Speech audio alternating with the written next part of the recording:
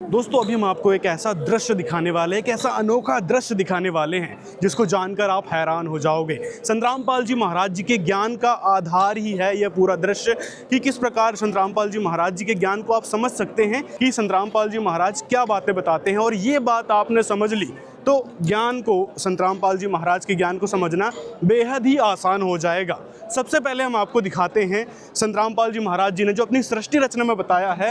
ये दृश्य जो आप देख रहे हैं ये सतलोक का है।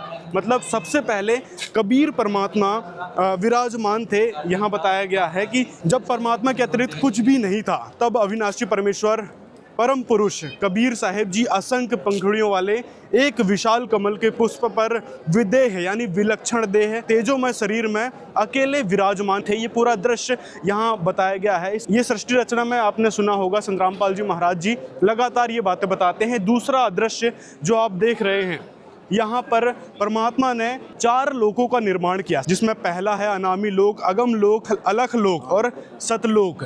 ये नीचे वाला जो आप देख रहे हैं ये सतलोक है। यहाँ परमात्मा विराजमान है। इन चारों लोकों में परमात्मा ने किस प्रकार से अपना रूप धारण किया अगले दृश्य में यहाँ दिखाया गया है। सबसे ऊपर आप देख सकते हैं अनामी पुरुष के रूप में परमात्मा कबीर जी बैठे हैं अनामी लोक में।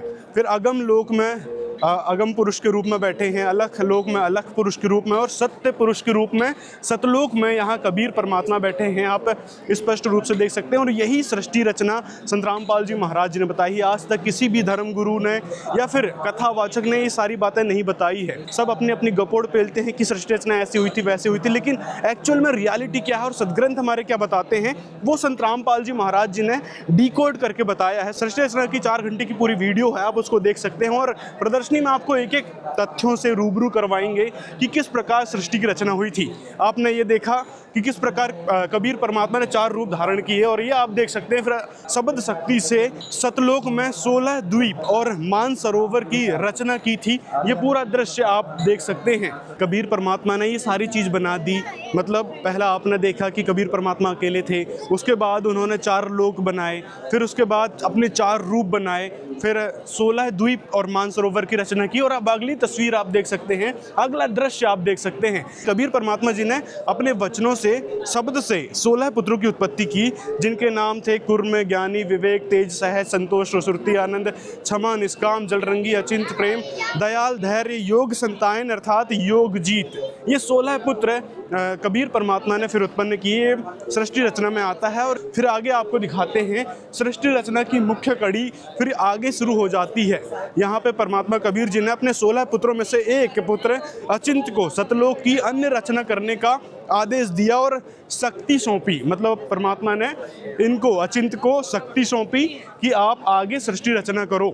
और फिर आगे आपको दिखाते हैं अचिंत ने अपनी सहायता के लिए अपने वचन यानी शब्द शक्ति से एक पुरुष, अक्षर पुरुष यानी परब्रह्म की उत्पत्ति की। यहाँ पर दोस्तों अचिंत ने, जो कबीर परमात्मा ने एक पुत्र को आज्ञा सौंपी थी कि आगे आप सृष्टि रचना करो इस सतलोक में, जो निचले वाला लोक था बेसिकली, तो वहाँ पर अचिंत ने फिर अक्षर पुरुष को उत्पन्न किया अपनी शब्द शक्ति से। यहाँ पर किसी प्रकार से माता से जन्म नहीं होता, यहाँ शब्द शक्ति से अचिंत ने अक्षर पुरुष को बनाया था सतलोक में ही। ये सारा सतलोक का दृश्य चल रहा है। आगे आप देख सकते हैं जो मान सरोवर की रचना की थी, 16 द्वीप और मान सरोवर की रचना की थी कबीर परमात्मा जी ने, तो यहाँ पर देख सकते हैं ये पूरा मान सरोवर था। फिर जो अक्षर पुरुष, जो अचिंत ने अक्षर पुरुष को बनाया था, वो अक्षर पुरुष मान सरोवर में आके लेट गया, मतलब सो गया, उसको निद्रा आ गई। बेसिकली स्नान करने आया था, आनंद लेने के लिए आया था, लेकिन उसको निद्रा आ गई, वो सो गया। वहाँ पर श्वासों से शरीर नहीं है, ये बात संतरामपाल जी महाराज बार बार प्रमाणित करके बताते हैं। और यही बात कबीर सागर में लिखी है कि वहाँ पर सतलोक में श्वासों से शरीर नहीं है। जैसे हम यहाँ श्वास लेते हैं तो वहाँ श्वासों से शरीर नहीं है, तो यहाँ पर इस मान सरोवर में ये अक्षर पुरुष सो गया। अब अचिंत से ये अक्षर पुरुष उठा नहीं, कई युगों तक सोते रहा। अचिंत की ही प्रार्थना पर अक्षर पुरुष को जगाने के लिए परमात्मा कबीर जी ने मान सरोवर के अमृत जल से एक अंडा बनाया, उसमें एक आत्मा प्रवेश की और अंडे को मान सरोवर जल में छोड़ दिया। ये आप देख सकते हैं गुड़ू गुड़ू करके जैसे अंडा जो है मान सरोवर में आया, इसके अंदर प्रवेश किया, इसकी एकदम निंद्रा भंग हो गई। और अगली तस्वीर, अगला दृश्य आप देख सकते हैं यहाँ पर किस प्रकार से इसकी अक्षर पुरुष की निंद्रा भंग हुई और उसके प्रकोप से यह अंडा 2 टुकड़ों में विभाजित हो गया और उससे क्षर पुरुष उत्पन्न हुआ। अब दोस्तों ये क्षर पुरुष कौन है? ये क्षर पुरुष वही है जिसको गीता ज्ञान दाता कहा जाता है। गीता अध्याय 11 के श्लोक 32 में काल भी कहा गया है और इसकी हजारों भुजाएं हैं। इसे सहस्त्र बाहु कहा गया है गीता अध्याय 11 के श्लोक 46 में। तो ये वो काल था। ये सतलोक का दृश्य आपको दिखा रहे हैं। यहाँ पर काल की इस प्रकार से उत्पत्ति हुई थी अंडे से। अंडा गुड़गुड़ करके गया, इसके प्रकोप से, अक्षर पुरुष के प्रकोप से अंडा फूट गया और फिर ये क्षर पुरुष निकला उस अंडे से। फिर आगे आप देख सकते हैं, आगे आपको ये दृश्य अनोखा दिखेगा, बहुत ही दुर्लभ दृश्य है। यहाँ पर कबीर परमात्मा विराजमान है दोस्तों। कबीर परमात्मा सतलोक में विराजमान है। जो लोग कहते हैं ना कि परमात्मा निराकार है, उनको कहीं देखा नहीं जा सकता, उनका कोई स्वरूप ही नहीं है, तो एक्चुअल रियलिटी ये है कि हमारा परमात्मा, हमारे जनक, हमारे पिता वो कैसे हैं? तो ऐसे हैं दोस्तों हमारे परम पिता। मतलब वो वहाँ से इस लोक में भी आते हैं ज्ञान समझाने के लिए। और इसके पीछे जस्ट आप देख रहे हैं कबीर परमात्मा के पीछे जो ढेर सारी आत्माएं दिख रही हैं, वो हम ही आप जैसे लोग हैं। हम ही आप जैसे लोग हैं जो पीछे सारी आत्माएं दिख रही हैं। और आज चींटी से लेकर हाथी तक जितने भी यहाँ पर जीव हैं वो सारे सतलोक से आए हैं। कबीर परमात्मा के पीछे आप देख सकते हैं सतलोक में। तो अगली तस्वीर देख रहे हैं। पहला तस्वीर जो आप देख रहे हैं, इसमें कबीर परमात्मा जी के आदेश से अचिंत, अक्षर पुरुष और ज्योति निरंजन तीनों एक द्वीप में ही रहने लगे थे। कुछ समय के बाद ज्योति निरंजन यानी काल ने अलग स्थान पाने के लिए एक पैर पर खड़ा होकर 70 युग तक तप किया। वहाँ युगों की भी कोई गणना नहीं है, वहाँ पर श्वास से शरीर नहीं है, वहाँ अजरो अमर शरीर है। क्योंकि हम परमात्मा की संतान है, परमात्मा अजरो अमर है, तो हमारा शरीर भी अजरो अमर अविनाशी है।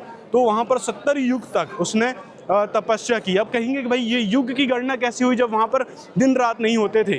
तो यहाँ के युगों के हिसाब से बताया गया है कि यहाँ का जो 70 युग आप जो समझते हो ना, तो वो युग सतलोक में, उस युग के हिसाब से सतलोक में उसने 70 युग तक एक पैर में खड़ा होकर तपस्या की थी। और पीछे आप जो आत्माएं देख रहे हैं ना, हम जैसी आप जैसी आत्माएं थी जो उसको देखकर उस पर अट्रैक्ट हो रहे थे। जैसे कि कोई कलाकार आ जाता है, एक्टर आ जाता है, उसको हम देखते हैं कि उस पर देखते ही अट्रैक्शन बनता है, अट्रैक्ट होने लगते हैं। उसके नाच गाने को देखते हैं, फिल्म देखते हैं तो फिल्म देखकर अट्रैक्शन बनता है, हम उस पर प्रभावित हो जाते हैं, उनका फैन बन जाते हैं एक प्रकार से। तो इसी प्रकार से हम क्षर पुरुष के फैन बन चुके थे। आप पीछे हम आप जैसी आत्माएं हैं जो पीछे इसको लगातार देख रही थी। और फिर अगली तस्वीर जो यहाँ पर देख रहे हैं, परमात्मा कबीर जी ने ज्योति निरंजन की इच्छा अनुसार 70 युग तक तप करने के फलस्वरूप उसे 21 ब्रह्मांड दे दिए। 21 ब्रह्मांडों की डिमांड क्षर पुरुष ने की थी परमात्मा कबीर जी से, तो तथास्तु करके मतलब उसको 21 ब्रह्मांड कबीर परमात्मा जी ने दे दिए थे। ये तस्वीर आप देख सकते हैं। ये सतलोक का ही सारा नज़ारा आपको दिखा रहे हैं। ये सतलोक में किस प्रकार से सृष्टि है, किस प्रकार वहाँ पर सारी चीज़ें हुई थी। सृष्टि रचना बेसिकली संत रामपाल जी महाराज जी का ज्ञान आधार है। ये बात बार बार आपको समझाई जा रही है। इसको ही समझने के बाद आप समझ पाओगे कि हम यहाँ कैसे आए और हमारी जन्म मृत्यु क्यों होती है, किस कारण हम यहाँ दुखी हैं और हमको दुखी करने के पीछे किसका उद्देश्य है और सुखी कौन कर सकता है। ये सारी बातें आपको सृष्टि रचना से ही पता चलेगी। अब आगे आप देख सकते हैं क्षर पुरुष ने 21 ब्रह्मांड ले लिए। फिर ज्योति निरंजन काल के मन में इच्छा हुई कि इन ब्रह्मांडों की रचना करने के लिए सामग्री चाहिए, इसलिए उसने दूसरी बार 70 युग तक एक पैर में खड़ा होकर तप किया। ज्योति निरंजन को तप करता देख कर हम सब उस पर फिर मोहित होने लगे। पीछे आप देख सकते हैं, फिर हम उस पर मोहित होने लगे। दूसरी बार वो फिर तपस्या कर रहा था। फिर परमात्मा ने उसे 5 तत्व और 3 गुण दिए, जिसमें रजगुण, सतगुण और तमगुण, और ये है पृथ्वी जल आकाश वायु। ये 5 तत्व और 3 गुण कबीर परमात्मा ने उसको 70 युग तक तपस्या जो उसने की हटियो करने लगा। मतलब एक जिद कह सकते हैं, उसने जिद कर दी थी एक पैर से खड़ा होके। और फिर परमात्मा ने फिर उसकी जिद स्वीकार की और बता भाई तेरे को क्या चाहिए करके उसको ये सामग्री दी। तो ये सारा दृश्य सतलोक में चल रहा है। आगे आप देख सकते हैं परमात्मा ने उसको भेजा कि भाई जो सामग्री है वो कुरम्ब के पास है। जब ज्योति निरंजन कुर्म जी के पास गया, उस समय कुर्म जी ध्यान अवस्था में थे। ज्योति निरंजन ने बिना किसी शिष्टाचार और प्रार्थना किए ही जबरदस्ती कुर्म जी का मुकुट उतारा, जिसके बाद उस मुकुट से 5 तत्व 3 गुण रजगुण, सद्गुण, तमगुण निकले। ये आप पूरा तस्वीर देख सकते हैं किस प्रकार से ये रजगुण, सद्गुण, तमगुण और ये सारी चीज़ इस कुरम के शीश पर रखी थी वो निकली।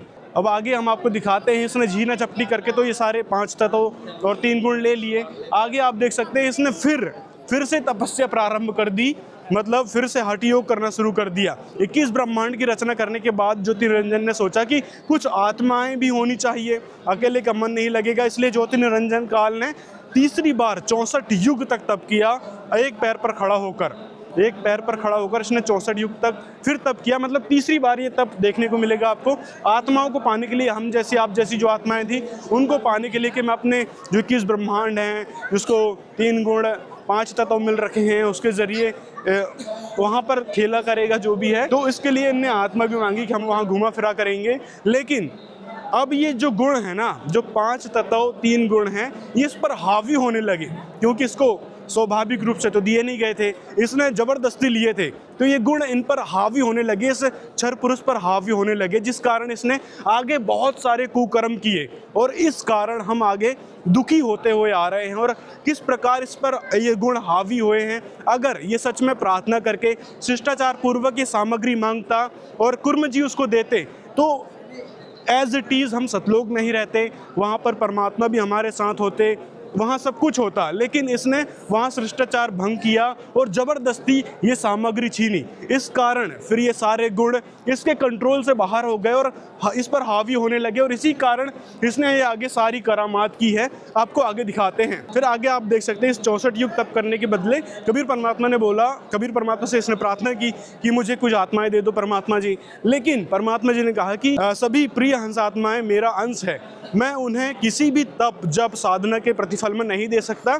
अगर कोई हंस आत्मा अपनी इच्छा से तुम्हारे साथ जाना चाहती है तो वो जा सकता है।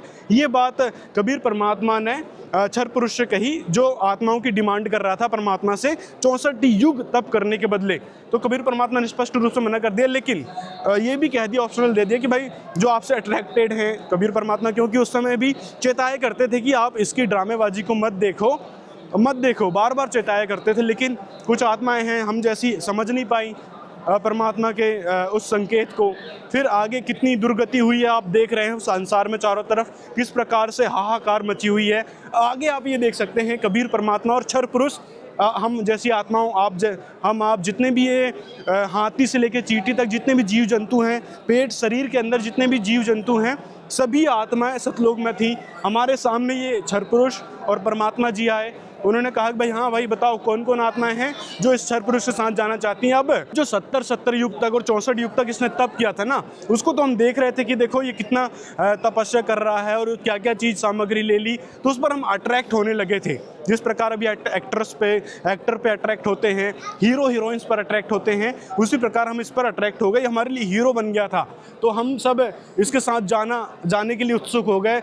और फर्स्ट जो आप आत्मा देख रहे हो, उसने हाथ खड़ा किया था, पहली इसने आत्मा ने हाथ खड़ा किया था। इसकी देखा देखी आगे आप देख सकते हैं, हम सभी ने हाथ खड़ा कर दिया, कि भाई हम भी जाना चाहते हैं इस क्षर पुरुष के साथ।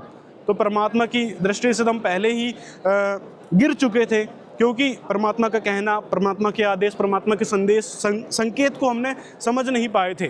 तो जिस कारण परमात्मा के दिल से हम पहले ही उतर चुके थे। लेकिन परमात्मा फिर भी समझा रहे थे, सचेत कर रहे थे कि आप जो है परमात्मा के बच्चे हो, अंश हो, आप यहाँ रहो, मौज मस्ती करो। लेकिन कहते हैं ना, जब ज़्यादा मौज मस्ती हो जाती है, ज़्यादा सुख हो जाते हैं, तो फिर ये वहाँ भी निज मन काम करता है। तो ये मन जो है ना बकवास करने लगता है, किसी पे भी अट्रैक्ट होने लगता है, बकवास करने को देखता है। ये बात गुरुजी संत रामपाल जी महाराज सत्संग में बार बार बताते हैं और सृष्टि रचना में भी ये सारी चीज़ें बताई गई है। आगे आप देख सकते हैं, जो सबसे पहले जिसने हाथ खड़ा किया था उसको तो एक स्त्री रूप में बना दिया, और स्त्री रूप, अब ये भी कहेंगे भाई परमात्मा ने उस आत्मा को स्त्री रूप क्यों बनाया, एक पुरुष का रूप बना भी सकते थे। पुरुष का रूप बनाते तो यहाँ पर ये सारी चीज़ें होती नहीं, हम दुखी नहीं होते। तो कारण था कि कबीर परमात्मा ने इस क्षर पुरुष की परीक्षा लेनी थी कि ये सतलोक में रहने लायक भी है या नहीं, या फिर इसके अंदर जो 3 गुण 5 तत्व है वो ज़्यादा ही हावी हो चुके हैं, उसको कंट्रोल ये कर सकता है या नहीं कर सकता। इसको देखने के लिए कि उस आत्मा को स्त्री रूप में बनाया, जो आगे चलकर प्रकृति देवी दुर्गा इस नाम से प्रसिद्ध होगी। आगे आपको और दिखाते हैं तो ये चीज़ आपको क्लियर होगी कि भाई स्त्री का रूप क्यों बनाया था, पुरुष का रूप भी बना सकते थे। ये बात हर किसी के मन में रहती कि भाई कबीर परमात्मा ने स्त्री रूप क्यों बनाया, उसका तो भाई आप कबीर परमात्मा जो है पुरुष का रूप बना सकते थे। तो ये क्लियर हो गया होगा कि परीक्षा लेने के उद्देश्य से कबीर परमात्मा ने उस आत्मा को स्त्री रूप में बनाया। देवी दुर्गा जी का सुंदर युवा शरीर देखकर ज्योतिर्निरंजन काल प्रकृति देवी यानी देवी दुर्गा जी के साथ अभद्र गतिविधि करने लगा। ये अभी अभद्र गतिविधि क्यों करने लगा, तो उसका कारण था वो जो 3 गुण है ना वो इस पर हावी होने लगे, इसके कंट्रोल से बाहर होने लगे थे। तो उसके कारण ये फिर अभद्र हरकतें करने लगा देवी दुर्गा के साथ। मतलब ये वही हंस आत्मा जिसने पहली बार हाथ खड़ा किया था और अब यहाँ पर रो रहा है कि भाई देखो ये क्या क्या बनी मेरे साथ। आगे आप देख सकते हैं ये देवी दुर्गा जो है उसके पेट में चली गई फिर कि किसी प्रकार से तो बचाव हो, इस दुष्ट से कैसे बचा जाए। तो फिर परमात्मा से अंदर आप देख सकते हैं उसके पेट के अंदर रह के और प्रार्थना कर रही है परमात्मा से वो आत्मा कि परमात्मा मुझे बचाओ। लेकिन परमात्मा की नज़र से तो हम गिर चुके थे, क्योंकि बार बार संकेत करने के पर भी, परमात्मा के बार बार मना करने पर भी हम इस पर अट्रैक्ट होने लगे और हाथ भी खड़ा कर दिया परमात्मा के सामने इसके साथ जाने के लिए। तो अपनी रक्षा के लिए देवी दुर्गा जी ने वहाँ परमात्मा से गुहार लगाई। परमात्मा जोग जीवित के रूप में आए और उस आत्मा को फिर बाहर निकाला। यहाँ पर आप देख सकते हैं किस प्रकार से अगला दृश्य यहाँ देख सकते हैं कि किस प्रकार से फिर वो आत्मा रो रही है। ये क्षर पुरुष है, ये जोगजीत के रूप में स्वयं कबीर परमात्मा आए हुए थे और इन दोनों को फिर यहाँ से निकालने का आदेश दे दिया कि भाई तुम निकलो यहाँ से। परमात्मा कबीर जी ने अपने पुत्र जोगजीत के रूप में ज्योतिर्निरंजन की इस अभद्र हरकत के कारण ज्योतिर्निरंजन देवी दुर्गा को 21 ब्रह्मांड सहित सतलोक से निष्कासित कर दिया और तभी से ज्योतिर्निरंजन का नाम काल पड़ गया। इसके बाद इसका नाम काल पड़ गया। आप आगे देख सकते हैं सतलोक से परमात्मा ने जोगजीत के रूप में इनको 21 ब्रह्मांड सहित वहाँ से निष्कासित कर दिया। कहाँ से? सतलोक से, कि तू यहाँ रहने लायक नहीं है। 16 संख कोस दूर इस को भेज दिया है, 21 ब्रह्मांडों को, काल को, दुर्गा को, इसको 16 संख दूर भेज दिया सतलोक से। यहाँ से आपको दोस्तों रोना आना चाहिए कि किस प्रकार हम कबीर परमात्मा के सतलोक में रहते थे और किस प्रकार हमने गलती की और आज इस दुख भरे स्थान पर हम रह रहे हैं। परमात्मा को भुला चुके थे, परमात्मा से हम मोह हटा चुके थे, परमात्मा का कहना नहीं मान रहे थे। इस कारण परमात्मा ने दुखी होकर हमको वहाँ से निकालना पड़ा। तो परमात्मा की तो हम अंश आत्मा थी, परमात्मा के हम अंश थे, हंस थे। वहाँ पर अपने बच्चे कितने प्रिय होते हैं एक पिता को, वो आप खुद समझ सकते हैं। और फिर एक दुखी मन से उनको निकालना पड़ा क्योंकि वो सड़ चुके थे, ये भी कह सकते हैं, क्योंकि परमात्मा के आदेश को मान नहीं रहे थे, किसी पर अट्रैक्ट हो गए थे। तो एक सड़े फल की तरह परमात्मा ने हमको वहाँ से निष्कासित कर दिया। लेकिन अंदर से दुखी तो थे परमात्मा। तो परमात्मा दुखी होने के कारण फिर हमको बार बार यहाँ समझाने के लिए आते हैं। हर युग में, सतयुग में सत्सुकृत गए टेरा, त्रेता नाम मुनिंदर मेरा, द्वापर में करुणा में कहाया और कलयुग नाम कबीर धराया। हर युग में परमात्मा बार बार अपनी आत्माओं को समझाने के लिए आते हैं, वापस सतलोक ले जाने के लिए आते हैं। अब आपको आगे हम दिखाते हैं इस दृश्य में सृष्टि रचना में कबीर परमात्मा ने, संतरामपाल जी महाराज जी ने जो स्पष्ट रूप से कबीर सागर में लिखा है, संतरामपाल जी महाराज जी ने सत्संग में बताया है। तो यहाँ आप देख सकते हैं किस ब्रह्मांड सहित हम 16 संख कोस की दूरी पर इसके साथ आ गए थे। हमको अब जो आत्माएं थी उसको दुर्गा के शरीर के अंदर डाल दिया, ये बताना भूल गया था वहाँ पे।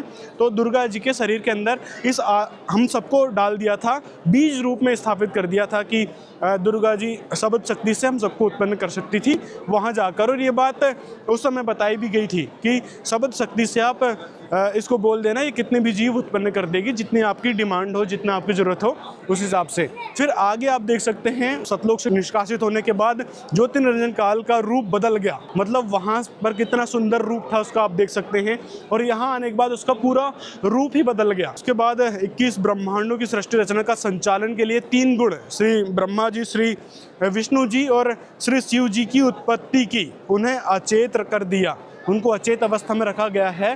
तो ब्रह्मा विष्णु महेश के माता पिता कौन है, यहाँ से आपको स्पष्ट होगा, जो संतराम पाल जी महाराज जी ने प्रमाणित करके बताया है। यहाँ तक कि देवी भागवत महापुराण में भी इसका प्रमाण मिलता है, और भी ढेर सारे पुराण हैं। गीता वेद पुराण, गीता में भी गीता अध्याय 14 के श्लोक 1 से 3, 4, 5 में भी इसका प्रमाण मिलता है। क्षर पुरुष, अक्षर पुरुष, परम अक्षर पुरुष के बारे में भी प्रमाण मिलता है। गीता अध्याय 15 के श्लोक 16, 17, 18 में प्रमाण है। मतलब सभी का प्रमाण संतराम पाल जी महाराज जी ने दिया है। एक एक तथ्य संतराम पाल जी महाराज जी ने प्रमाणित करके बताया है, और उसी प्रमाण के चलते यहाँ आपको पता चलेगा ब्रह्मा विष्णु महेश के माता पिता कौन है। तो ये तीनों ब्रह्मा विष्णु महेश यहाँ पर अचेत अवस्था में हैं, और उनकी माता दुर्गा हैं। पिता ये ज्योति निरंजन है, जिसे क्षर पुरुष कहते हैं, और गीता में इसको काल भी कहा गया है। अपने आप को काल उसने बताया है। तो ये देखो, इस प्रकार से उसका पूरा रूप ही बदल गया, और फिर इन दोनों की मिली भगत से ये हुआ, ये तीनों देव उत्पन्न हुए, रजगुण ब्रह्मा, सदगुण विष्णु, तमगुण शिव जी। फिर आगे आपको दिखाते हैं, ये पूरा सृष्टि का संचालन कार्य यहाँ से शुरू होता है। आगे आप देख सकते हैं कि किस प्रकार से ज्योति निरंजन काल ने देवी दुर्गा से अपने अव्यक्त रहने की प्रतिज्ञा की, और कहा कि आज के बाद मैं किसी को अपने वास्तविक रूप में दर्शन नहीं दूंगा, और अब तुम सृष्टि संचालन करो। ये प्रतिज्ञा लेकर ये गुप्त रहने लगा, क्योंकि इतना खतरनाक इसका रूप है, देखकर लोग वैसे ही डर जाएंगे।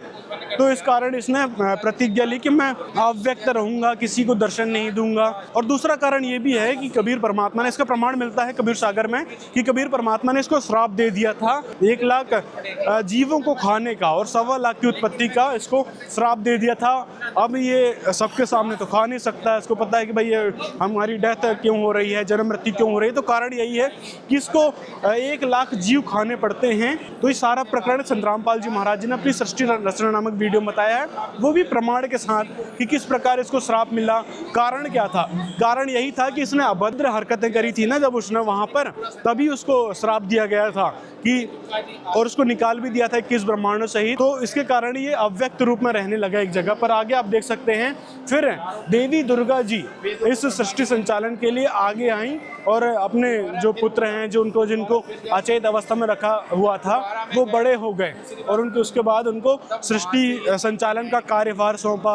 ये कई बार परमात्मा के दीदार के लिए बाहर जाते रहे, ढूंढते रहे, परमात्मा को खोजते रहे, क्योंकि वेदों में लिखा है कि परमात्मा साकार है, नर आकार है, और बहुत ही तेजों में शरीर है उसका नाम भी बताया गया है वेदों में। और ये सारी बातें ब्रह्मा जी ने पढ़ी वेदों में कि भाई वो परमात्मा तो है कोई और यहाँ तक कि ये भी पढ़ा कि हमारा पिता भी है, हमारा जनक भी है, और ये बात वेदों में लिखी है। तो अपने पिता की खोज करने के लिए ब्रह्मा जी निकले थे, उनको फिर दर्शन नहीं हुए, और आगे बहुत सारी चीज़ें हैं संतराम पाल जी महाराज जी ने सृष्टि रचना नामक वीडियो में बता रखी है। आगे आपको दिखाते हैं, संचालन के लिए तीनों विभाग इनको सौंपे। रजगुण श्री ब्रह्मा जी को दे दिया, सदगुण विष्णु जी को दे दिया, और तमगुण शिव जी को दे दिया। ठीक है, फिर आगे आप देख सकते हैं इनका विवाह की बात आती है कि ब्रह्मा विष्णु महेश का विवाह भी देवी दुर्गा जी ने करवाया था। बीच में आप देख सकते हैं देवी दुर्गा जी हैं, साइड में आप देख सकते हैं यहाँ पर सावित्री, लक्ष्मी और पार्वती जी हैं, और दूसरी साइड आप देख सकते हैं यहाँ पर हैं ब्रह्मा जी, विष्णु जी और शिव जी। इनकी शादी सिंपल तौर पे कर दी गई थी। अब यहाँ पर आप एक चीज़ समझ सकते हैं कि शादी के बारे में, कि जब देवी दुर्गा जी ने सिंपल तौर पे शादी कर दी थी, तो हमको ड्रामेबाजी भी नहीं करना चाहिए।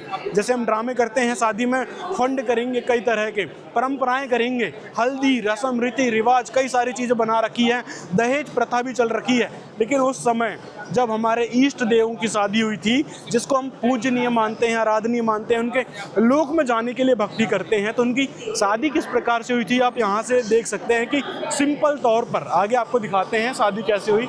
सिंपल तौर पर यहाँ पर देखो, देवी दुर्गा जी ने ब्रह्मा जी को सावित्री जी दे दी कि जाओ आप अपना संसार बसाओ, विष्णु जी को लक्ष्मी दे दी कि जाओ अपना आप संसार बसाओ, और शिव जी को पार्वती जी दे दी कि जाओ अब अपना संसार बसाओ और सृष्टि संचालन का काम शुरू करो, कार्यभार संभालो। तो इस प्रकार से साधारण सिंपल तरीके से उनकी ब्रह्मा विष्णु महेश जी की शादी हो गई थी दोस्तों। तो इसी कारण हमने किसी प्रकार का आडंबर नहीं करना चाहिए, साधारण सिंपल तरीके से शादी हमने करना चाहिए, क्योंकि हमारे ईष्ट देवों ने ये बात करके दिखाई। और साथ में आपको ये चीज़ पता चली इस पूरी सृष्टि रचना से कि किस प्रकार हम यहाँ पर फंसे हुए हैं, कैसे हम सतलोक से यहाँ पे आए हैं, क्यों हमको दुख झेलना पड़ रहा है। ये पूरी बात आपको इस सृष्टि रचना से समझ आ गई होगी, जो संत रामपाल जी महाराज जी ने स्पष्ट रूप से बताया है, प्रमाण के साथ बताया है कि हम किस प्रकार से अविनाशी परमात्मा के लोक में रहते थे, परमात्मा किस प्रकार से थे, परमात्मा ने किस प्रकार से चार लोक बनाए, फिर अपने 4 स्वरूप बनाए, फिर उसके बाद 16 द्वीप बनाए, फिर मानसरोवर की रचना की, उसके बाद 16 पुत्रों की उत्पत्ति की, फिर हम सभी असंख्य आत्माओं की उत्पत्ति की। तो सारी चीज़ सृष्टि रचना में संत रामपाल जी महाराज जी ने प्रमाणित करके बताए हैं। तो ये थी सृष्टि रचना की छोटी सी झलक जो यहाँ पर दर्शाई गई है, और इससे आप समझ सकते हैं कि संत रामपाल जी महाराज जी का ज्ञान कितना ऑथेंटिक है, कितना प्रमाणित है। आज तक ये सारी बातें किसी भी धर्मगुरु ने हमको नहीं बताई हैं। और ये बात संत रामपाल जी महाराज जी ने कबीर सागर, पवित्र वेद, गीता, वेद पुराण सभी ग्रंथों से प्रमाणित करके दिखाया है कि कबीर परमात्मा कौन है और किस प्रकार से हम उत्पन्न हुए हैं, हम किस प्रकार से यहाँ दुखी हो रहे हैं, ब्रह्मा विष्णु महेश का कार्यभार किस प्रकार से सौंपा गया है, उनकी उत्पत्ति कैसे हुई है, उनके माता पिता कौन हैं, सारी डिटेल सृष्टि रचना में बता रखी है। तो यहाँ से आप समझ सकते हैं कि हमने किसकी भक्ति करना चाहिए। हमको भक्ति उसी की करना चाहिए, उस पूर्ण परमात्मा की, जिसके बारे में गीता अध्याय 17 के श्लोक 23 में लिखा है, जो मंत्र बताया गया है, ओम तत्सत इति निर्देश ब्रह्मणे त्रिपदे समर्थ है। तो वह ओम तत्सत जो मंत्र है उसी सच्चिदानंद घन ब्रह्म का मंत्र बताया गया है। उसी सच्चिदानंद घन ब्रह्म की शरण में हूँ। गीता ज्ञानदाता भी कहता है गीता 15 के श्लोक 4 में कि मैं खुद उस परमात्मा के अधीन, उस परमात्मा की शरण हूँ। मतलब गीता ज्ञानदाता कौन है? काल ब्रह्म है, जो गीता अध्याय 11 के श्लोक 32 में स्पष्ट करता है कि मैं बड़ा हुआ काल हूँ। और वह खुद कह रहा है कि मैं खुद उस परमेश्वर के शरण हूँ। और पर शरण में होने की क्या है कि भाई वो सतलोक से आया है तो उसकी शरण था। तो ये सारी चीज़ें डिटेल में जानकारी संत रामपाल जी महाराज जी ने बताई है अपने सत्संग प्रवचनों में, और भी डिटेल में जानने के लिए आप उनके सत्संग जरूर सुने। और ये सृष्टि रचना वीडियो है, इसको देखें, प्रमाण भी मिलेंगे आपको कि कहाँ क्या प्रमाण है, और जो पुस्तक में लिखा है, जो हमारे ग्रंथों में लिखा है, वो ऑथेंटिक माना जाता है, ना कि लोकवेद जो सुनी सुनाई बातें हैं उसको हमने नहीं स्वीकार करना चाहिए। प्रमाणित बातें स्वीकार करो और पूर्ण परमात्मा की भक्ति हमने करना चाहिए।